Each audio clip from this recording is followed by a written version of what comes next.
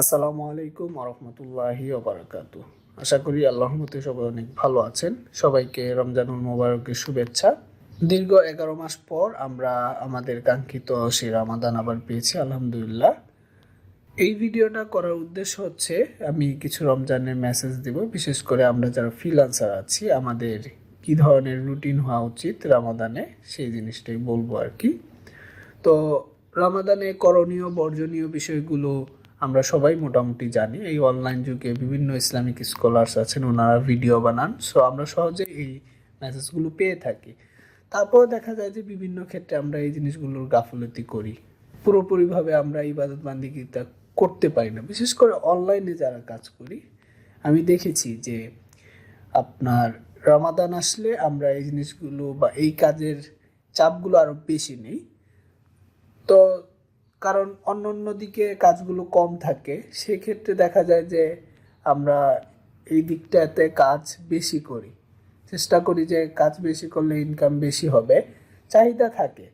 কারণ সামনে ঈদ থাকে, যার কারণে মানুষের একটা বিশেষ চাহিদা থাকে টাকা পয়সা। তো এই জিনিসটা করা উচিত হচ্ছে আমরা বিগত 11 মাস আমরা এই কাজগুলো আগায় রাখবো, কিছু টাকা পয়সা জমাতে পারি, যাতে রামাদানে বা ঈদের ক্ষেত্রে আমরা সেগুলো কাজে লাগাতে পারি। বাট দেখা গেল রমজানেই এসে আমাদের এই কাজের প্রেশারটা অনেক নিতে হয়, দিন রাত একদম সমানভাবে করে আমরা কাজ করি। সেক্ষেত্রে রমজানের যে ইবাদত বান্দি দরকার ছিল সেটা আর করতে পারি না। বলছি না যে কাজ করা যাবে না, কাজ তো অবশ্যই করতে হবে, কারণ এটা যেহেতু রুজি রুটির ব্যবস্থা আমাদের জন্য। সো আমরা দিনের বেলা করব, বিশেষ করে রমাদানের রাতগুলো ইবাদত বান্দিগির জন্য বেশি উপযুক্ত, আর এটা করতেই হয় রাতে। তাহাজুদ আছে, নামাজ আছে, সো রাতের বেলা আমরা একটু কম করব। অনেকে তারাবি মিস করেও দেখা যায় কাজ করেন। সো তারাবি নিয়ে বিতর্ক থাকতে পারে, বাট পড়াটা উচিত, ছেড়ে দেওয়া উচিত না। দেখা গেল দিনের বেলা তো আমাদের ওই ধরনের চাপ থাকে না, দিনের বেলা আমরা একটু বেশি কাজ করলাম, দিনের বেলা যেই নামাজের ওয়াক্তগুলো আসে সেগুলো জামাতের সাথে নামাজ আদায় করলাম, কিছু কোরআন তেলাওয়াত করলাম, পাশাপাশি কাজগুলোও করলাম।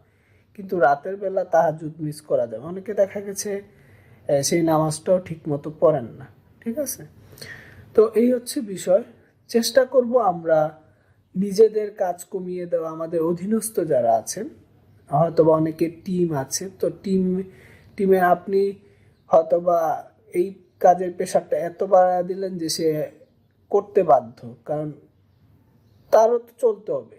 সো এরকম আমাদের অধীনস্থ যারা আছে তাদেরও কাজের চাপগুলো কমিয়ে দিব, পাশাপাশি আমাদের নিজের যে কাজগুলো আছে সেগুলো চেষ্টা করব কম করতে। এটা যতটুকু প্রয়োজন ক্লায়েন্টের সার্ভিস দেওয়া উচিত সেটা তো অবশ্যই দিতে হবে। আর এই একই জিনিস হয় আমরা যারা শিখছি, যারা একদম নতুন, তারাও দেখা যায় যে রমজানে এসে মানে শিখার আগ্রহটা আরো বেশি বাড়িয়ে দেন, যে না রমজানের সময় আছে যেহেতু রাত জাগি, সেক্ষেত্রে আরো বেশি মানে রাতের সময়টাও শিখতে শুরু করেন। তো এটা উচিত না, আসলে উচিত না। কারণ রমাদান একটি বিশেষ মাস ইবাদতের, এই মাসে হচ্ছে বারাকার মাস, ঠিক আছে? তো আমাদের সব কিছুতে বারাকা হয়। যেমন আপনি চিন্তা করেন যে আপনি আল্লাহর জন্য কিছু কাজ কমিয়ে দিলেন, আপনার ছেড়ে দিলেন, এবং সেটা আপনি ইবাদত বান্দিগিতে রাখলেন। আপনার যে অল্প জিনিসগুলো আছে, অল্প টাকা পয়সা আছে, সেটাতেও দেখবেন অনেক বরকত পাবেন।